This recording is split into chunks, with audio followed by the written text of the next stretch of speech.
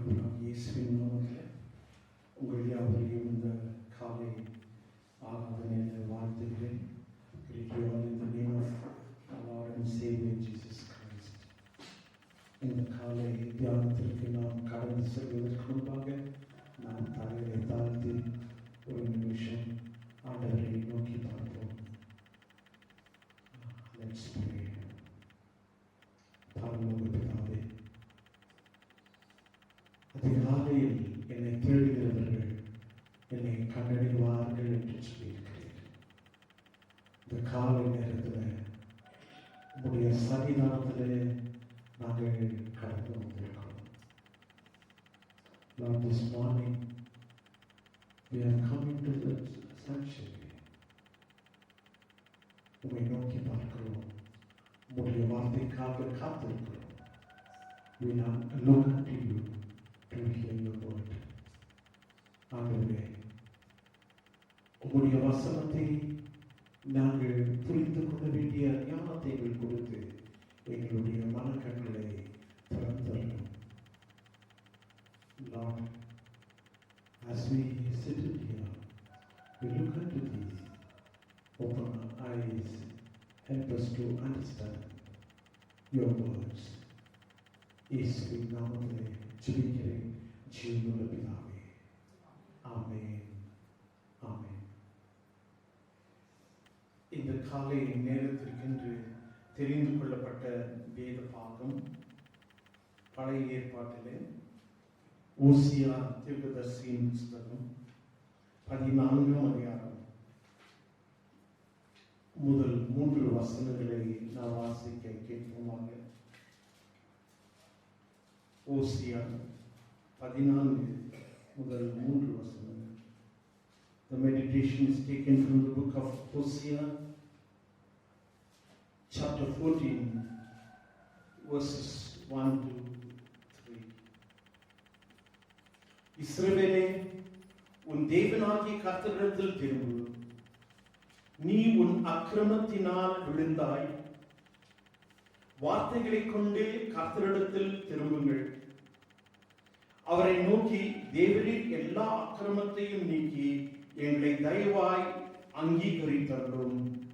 அப்பொழுது நாங்கள் எங்கள் உதடுகளின் கணைகளை செலுத்துவோம். அசீரியா எங்களை ரட்சிப்பதில்லை. நாங்கள் குதிரைகளின் மேல் ஏற மாட்டோம். எங்கள் கைகளின் கிரியை பார்த்து நீங்கள் என் தேவர்கள் என்று இனி சொல்ல மாட்டோம். திக்கற்றவன் உம்மிடத்தில் இரக்கம் பெறுகிறான் என்று சொல்லுங்கள். Return his way to the Lord your God. Your sins have been your downfall. Take words with you and return to the Lord.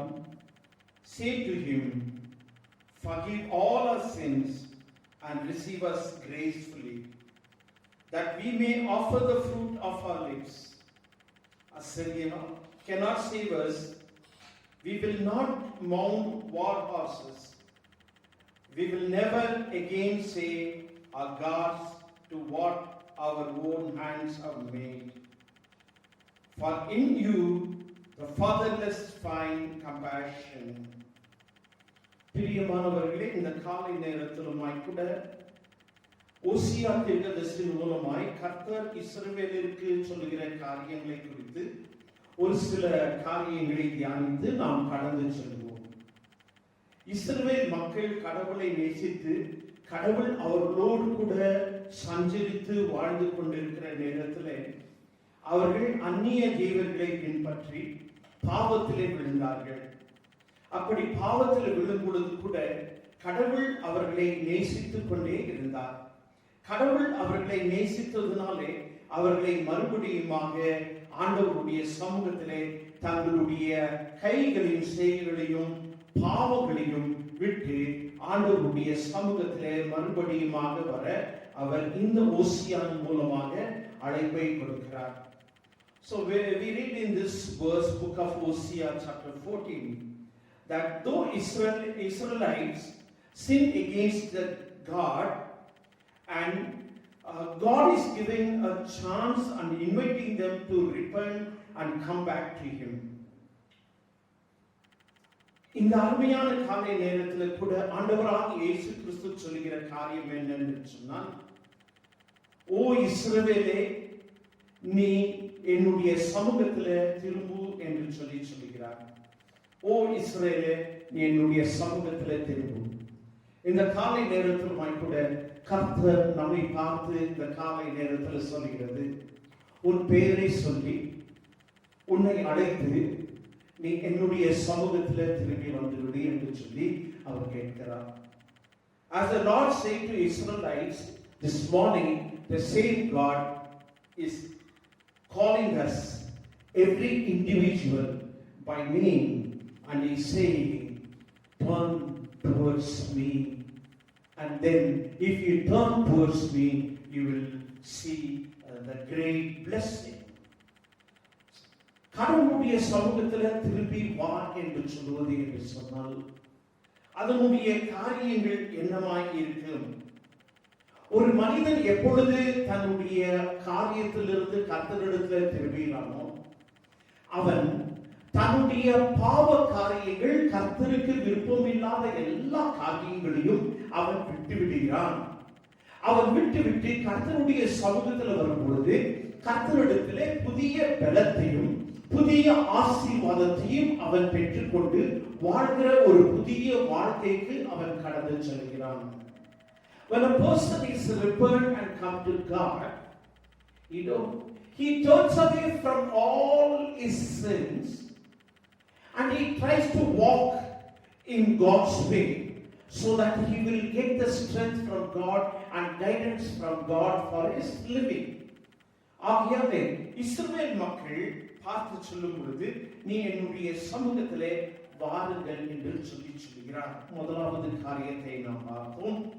நம்மை கடவுள் அவருடைய சமூகத்திலே அழைக்கிற தேவனாய் இருக்கிறார் என்று சொல்லுகிற ஒரு காரியமானது காணப்படுகிறது. இரண்டாவதாக பார்க்கும் பொழுது என்ன என்று சொன்னால், take thy word, உன்னுடைய வார்த்தையிலாலே எடுத்துக்கொண்டு என்னுடைய சமூகத்தில் வா என்று சொல்லுகிற ஒரு காரியம் இருக்கிறது. வார்த்தை என்று சொல்லும் பொழுது நாம் கர்த்தரை நோக்கி வார்த்தையினாலே கர்த்தரை கூப்பிட வேண்டும். நம்முடைய பாவ அறிக்கையை செய்ய வேண்டும். உண்மையான ஒரு பாவ அறிக்கை அப்படி என்றால் முழுவதுமாய் கர்த்தருடைய சமூகத்தில் நம்மை ஒப்புக் கொடுப்பது.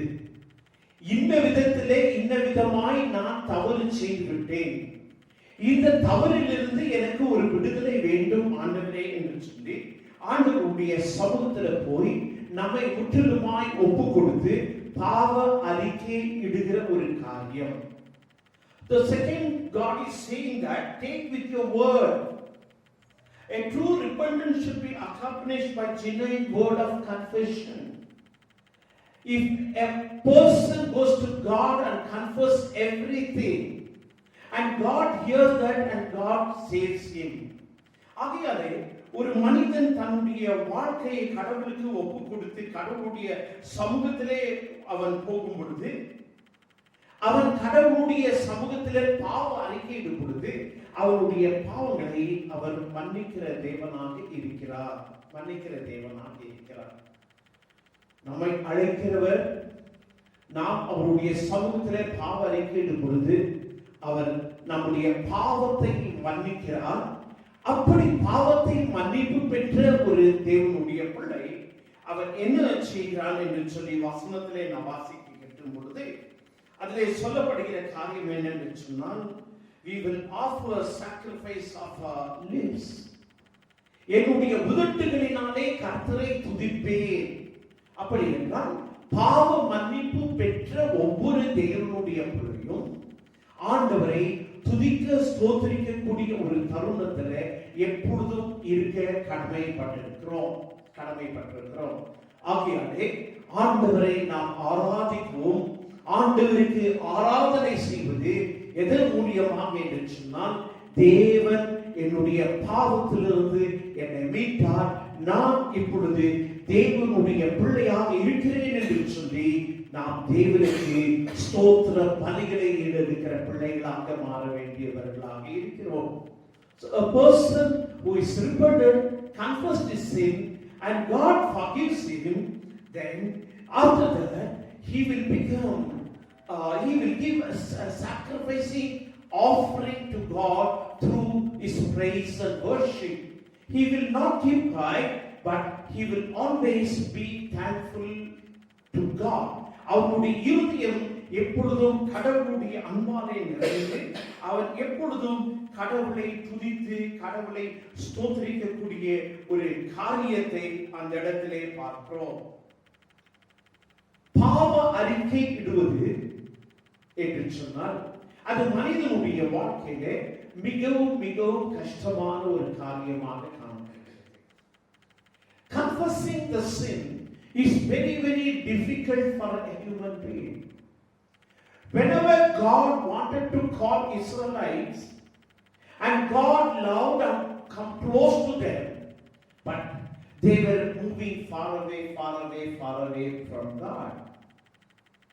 ஒரு மனிதனை கடவுள் நேசித்து மனிதனுடைய சமூகத்திலே அவர் கடந்து செல்லும் பொழுது அந்த மனிதன் பாவ அறிக்கை செய்யக்கூடிய ஒரு இருதயம் இல்லாததனாலே அவன் கடவுளை விட்டு தூரமாய் விலகி செல்கிறவனாய் இருக்கிறான். கடவுளுடைய அன்பு எவ்வளவோ நெருங்குகிறதோ அவன் அதற்கு ஏற்றுக்கொள்ள தயாராக இல்லாமல் வணங்கா கழுத்துள்ளவன் போல அவன் தூரமாக விலகி செல்கிறவனாய் இருக்கிறான். அப்படி இந்த காலகட்டத்திலே நாம் இருக்கக்கூடாது. Though God loved them so much, God was near to them, but Israelites were moving away from God. But God still loved them, and God has given opportunities, asking them to turn back and come back to Him. We should not be like Israelites. When God is near you, we should accept Him. அவருடைய சமூகத்திலே நாம் இருக்க வேண்டியவர்களாக இருக்கிறோம்.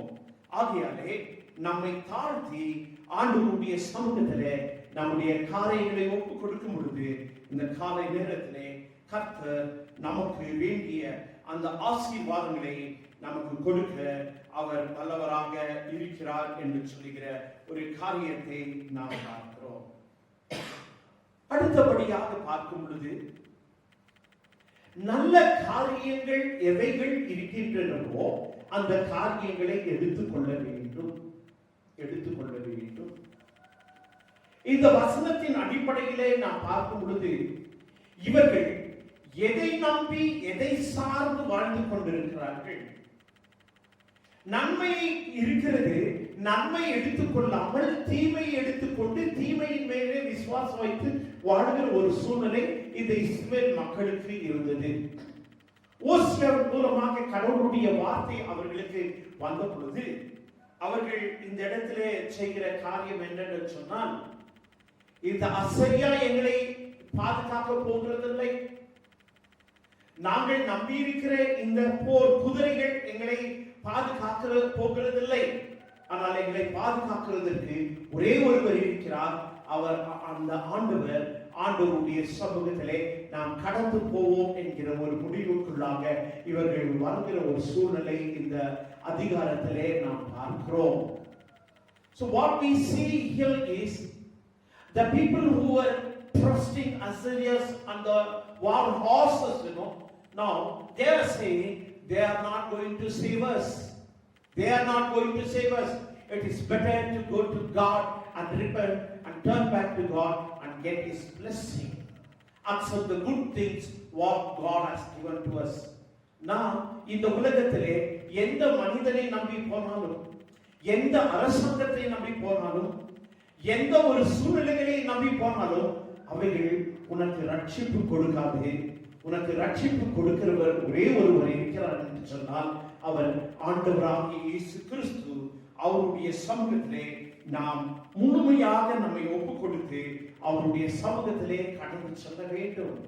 முழுமையாக ஒப்புக் கொடுத்து என்று சொன்னால் பாதி இருதயத்தோடு கூட அல்ல, நான் இப்படி இருக்கும் பொழுது இதை செய்கிறேன், அப்படியா வெளியே இருக்கும் பொழுது இந்த காரியத்தை செய்கிறேன் என்ற ஒரு காரியம் அல்ல. So when we say that we totally completely surrendered to God, it is not like half-hearted. Means when I am in the church, when I am in the presence of God, I will be accepting good things and I will be doing good deeds. When I am out of the presence of God, out of the church, out of His presence, I will do whatever I like. No, it's not that. அப்படி அல்ல. முழு இருதயத்தோடு கூட, முழு பலத்தோடு கூட, வேதம் சொல்லுகிறது முழு இருதயத்தோடு கூட என்று சொல்லும் பொழுது, நீ ஆலயத்துக்குள்ளாக எப்படி தேவனுடைய சமூகத்தில் இருக்கிறாயோ அதே நிலைமையிலே தான் உன்னுடைய வீட்டிலும் உன்னுடைய சமுதாயத்திலும் நீ இருக்க வேண்டும் என்று சொல்லுகிற ஒரு காரியமானது இருக்கிறது. So when we are in the presence of God, how we accept the good things and we praise and worship God, how will be our deeds? The same good things, the same deed should be in your house and also in the society where you go out. That is very, very important. Very, very important. When you accept the good things, come to the God and accept the good things, your true repentance totally from your heart. If you do that, God will remove all the idols from you. God will remove all the curses from you. Not only the sin, He will also cure you from so many other aspects. கடவுளுடைய சமூகத்திலே நாம் வந்து திரும்பும் பொழுது, முழு இருதயத்தோடு கூட வந்திருக்கும் பொழுது, அவர் என்ன செய்கிறவராய் இருக்கிறார் என்று சொன்னால், விக்கிரகங்களை அப்புறப்படுத்தி, சாபங்களை அப்புறப்படுத்தி, நோய்களை எடுத்து போட்டு, பிசாசான காரியங்களிலிருந்து விடுதலை கொடுத்து, நம்மை தெய்வ பிள்ளைகளாக தெய்வ பலத்தோடு கூட அவர் நடத்துகிற ஒரு தேவனாக காணப்படுகிறார். ஆகையாலே முழு இருதயத்தோடு கூட அவருடைய சமூகத்திலே நாம் கடந்து வர வேண்டியது மிகவும் முக்கியமான காரியமாக இருக்கிறது. நாம் அறிக்கை செய்கிறோம் என்று சொல்லும் பொழுது அது என்ன காரியம் என்று சொன்னால், ஆண்டவரே, நான் என்னை இத்தனை நாட்கள் என்னை நம்பி நான் வாழ்ந்தேன், ஆனால் இனிமேல் என்னை நம்பி வாழப் போகிறதில்லை, நான் உம்மை சார்ந்து உம்மை நம்பி வாழுகிறேன் என்று சொல்லப்படுகிற ஒரு காரியம் நம்முடைய இருதயத்திலே கடந்து வர வேண்டும். So when we say we are confessing and we are turning back, when we are accepting all the good things, means we also saying that, should say that, Lord, I trusted in myself, I lived in my way, but from now on it's not me. I put all my trust in you. Without you I'm nothing. Without you I'm not going to do anything. I'm not going to trust in people, but I'm going to trust in you, God. ஆண்டவரே, மனிதன் மேல் அல்ல, நான் உம்மையே நம்பி உம்முடைய சமூகத்திலே நான் வாழுகிறேன் என்று சொல்லப்படுகிற ஒரு காரியமானது இருக்கிறது. சகேயு அப்படித்தான் செய்தான். பாவத்திலே இருந்தவன் இயேசு கடந்து வரும் பொழுது, ஆண்டவரே, நல்ல காரியங்கள் என்னுடைய இருதயத்திலே கடந்து வந்ததுனாலே நான் அத்தனையாக திரும்பவும் செலுத்துவேன் என்று சொல்லி தன்னுடைய காரியங்களே அத்தனையாக ஒரு செலுத்தின ஒரு காரியங்களை நாம் நம்முடைய வாழ்க்கையிலே நம்முடைய வேதத்திலிருந்து நாம் படித்திருக்கிறோம். நமக்கு அவைகள் எல்லாமே தெரியும். ஆகையாலே இந்த காலை நேரத்தில் கூட நாம் புரிந்து கொள்ள வேண்டிய காரியம் என்று சொன்னால், மனிதன் விழுந்து போகிறது பாவத்தினால. அந்த பாவத்திலிருந்து மனம் திரும்பி கடவுளுடைய சமூகத்தில் வரும் பொழுது அந்த இடத்துல இறக்கங்கள் உண்டு. கடவுள் மறுபடியுமாக அவரை புதுப்பித்து வைக்கிறார். So this morning, from this verse we understand that man falls because of sin, and God is inviting every individual to turn back and come to Him. When a man confesses and turns back and comes, God restores him back with his blessing. அவருடைய ஆசீர்வாதத்தினாலே அவர் வைக்கும் பொழுது அவனுக்கு ஒரு புதிய மறுபடியுமாக ஆண்டவரோடு கூட இருக்கிற ஒரு உறவு உருவாகிறது. Again is getting goes into a new strong relationship with God, with Jesus Christ. ஆகையாலே இந்த புதிய உறவுக்குள்ளாக அவர் நீடித்து வாழ வேண்டியது மிகவும் உண்மையான காரியமாகவும் வேண்டிய காரியமாகவும் இருக்கிறது. ஆகையாலே இந்த காலை நேரத்தில் கூட உறுதியாய் நீ நிற்க வேண்டும் என்று சொல்லி கடவுள் விரும்புகிறார். இப்பொழுது நீ புறப்பட்டு போக போகிறாய், உறுதியாய் கர்த்தருடைய பிள்ளையாய் நில்லுங்கள். யார் மேலும் நம்பிக்கை விசுவாசத்தை மனிதன் மேலே வைப்பதை காட்டிலும் கர்த்தர் மேலே நீங்கள் வைத்து உங்களுடைய ஆவிக்குரிய வாழ்க்கையில திடமாய் நில்லுங்கள். கர்த்தர் உங்களோடு கூட இருந்து உங்களுக்கு துணை நின்று உங்களை என்றும் ஆசீர்வதித்து காப்பாராக.